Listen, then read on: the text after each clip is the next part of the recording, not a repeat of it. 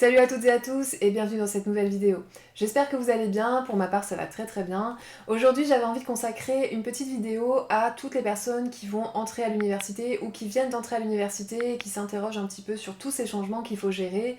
Donc voilà, cette vidéo est vraiment consacrée à la question des choses essentielles qu'il faut savoir avant de rentrer à l'université. C'est vraiment des grands thèmes. Trois grandes choses qui vont changer par rapport au lycée. Qu'est-ce qui est vraiment différent et en quoi ça va t'impacter toi qui entres à l'université, quel que soit ton cursus, et que tu viennes du lycée ou que tu sois en reprise d'études. Il y a vraiment des choses très particulières à l'université et je t'explique ça justement dans cette nouvelle vidéo. A tout de suite!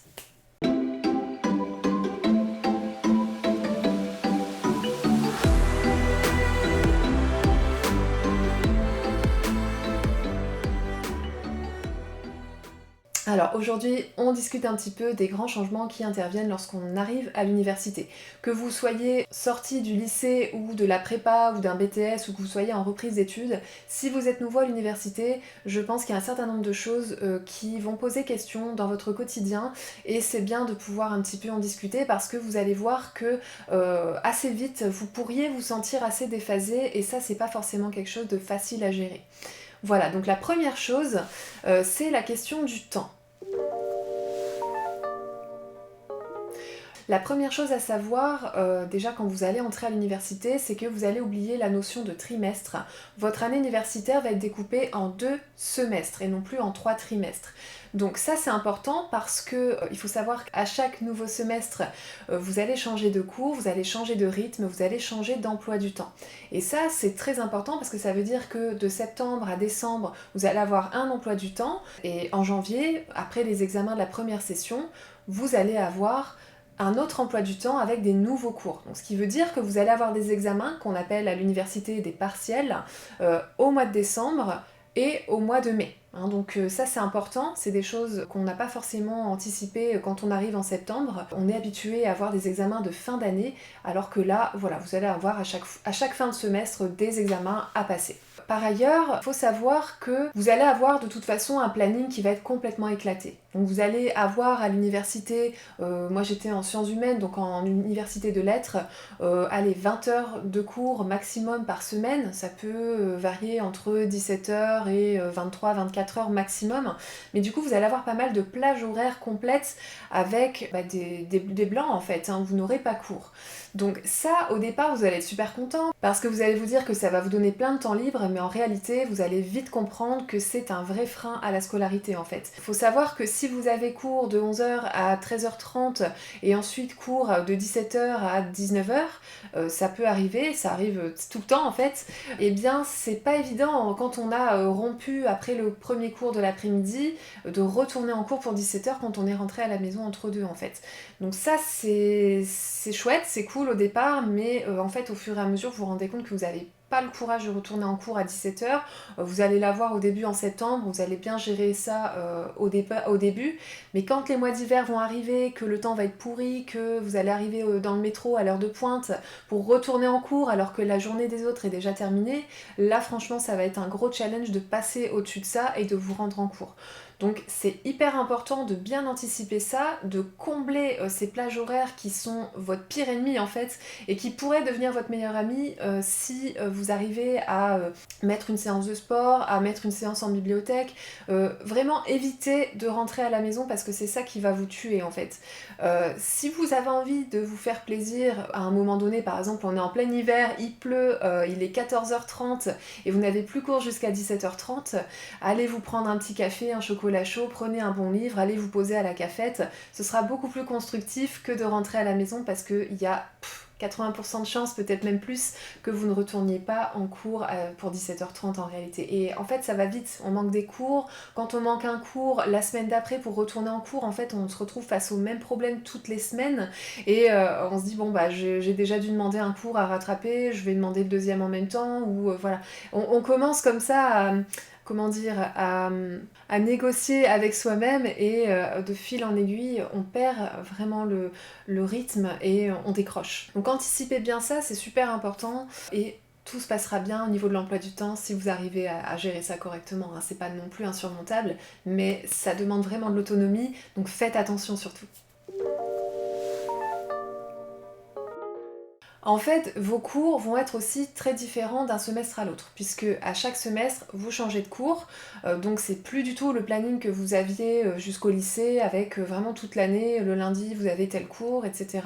Là, vous allez avoir des cours différents à chaque fois, donc vous changez de programme tout simplement, et ça c'est pas forcément quelque chose de simple non plus à gérer, même si pour ma part, j'ai toujours trouvé que c'était bien parce que ça redynamisait, et puis quand on décroche un peu sur la fin d'un semestre, c'est bien parce que, bon, déjà, il y a les examens qui font qu'on va se remettre en mode bachotage sur la fin d'un semestre, et après, on enchaîne avec un nouveau semestre, avec des nouveaux cours, un nouveau planning, et là, ça nous permet, en fait, de se remettre sur les bons rails et de repartir de bon pied, en fait, de pas rester comme ça toute une année dans un flottement quand on commence à décrocher après 3 mois. C'est beaucoup plus facile de se remettre dedans tout de suite au semestre d'après que de continuer comme ça toute l'année. Donc moi, je sais que ça m'aidait. C'est pas forcément facile à gérer, en tout cas quand on arrive en première année. Il y en a plein en fait qui arrivent en fin de semestre qui ne savent pas qu'ils vont avoir des cours différents au semestre d'après. Donc c'est vraiment, c'est tout bête, mais c'est bien de pouvoir anticiper, de se dire que les cours qu'on n'aime pas par exemple, on les aura plus au semestre suivant. Et ça peut être bien aussi de se dire, bon allez, je le subis pendant 3 mois ce cours, mais après je suis tranquille. Pareil, quand on aime bien un cours, c'est le contraire, ça évite de faire trop le tour d'un sujet, ça évite de se lasser, et du coup ça garde quand même l'attention active, je pense, tout au long de l'année. Alors ce qui est important aussi au niveau des cours à l'université, c'est que vous allez avoir tout un bloc avec des cours obligatoires, mais il y a aussi toute une partie importante qui va être laissée à votre choix. C'est-à-dire que vous allez avoir, par exemple, je dis une bêtise, c'est on va dire 10 cours. Sur ces 10 cours, vous allez avoir 6 cours obligatoires et 4 cours optionnels. Ça ne veut pas dire que vous n'avez rien à faire, que vous pouvez ne rien faire, ça veut dire que vous allez pouvoir choisir le contenu de ce cours. Alors si vous êtes, comme je l'étais moi en histoire de l'art, vous pouvez très bien prendre un cours qui a un rapport direct avec l'histoire de l'art, mais vous pouvez très bien aussi aller voir un cours en philosophie, aller à un cours, je sais pas, en littérature, en histoire, en sociologie, tout ce qui appartient en fait à l'université, vous pouvez y aller pour un semestre. Dernière chose importante par rapport aux cours, c'est que tu vas avoir des cours de CM, donc les cours magistraux, et les cours de TD, les travaux dirigés. Ça, c'est important, c'est un découpage qui n'est pas forcément simple à intégrer tout de suite, on ne sait pas trop quelle est la différence, pourquoi c'est découpé comme ça. En fait, il faut savoir que dans vos cours obligatoires, donc par exemple sur les 6 cours de tout à l'heure, vous allez avoir une partie qui va se passer avec un prof en amphithéâtre, avec toute la promo, donc là c'est des grandes salles où vous allez gratter le cours en fait, et ce cours va être complété dans votre cursus par les heures de TD, où là, vous allez être en petits groupes, avec parfois un prof qui est différent, et vous allez pouvoir approfondir des notions, notamment, alors moi j'étais en histoire de l'art, donc c'était des exposés. Chaque semaine, il y a 2-3 exposés dans une heure de TD, et ça permet de voir des œuvres en particulier, ça permet vraiment de faire un zoom sur une question, une problématique en particulier.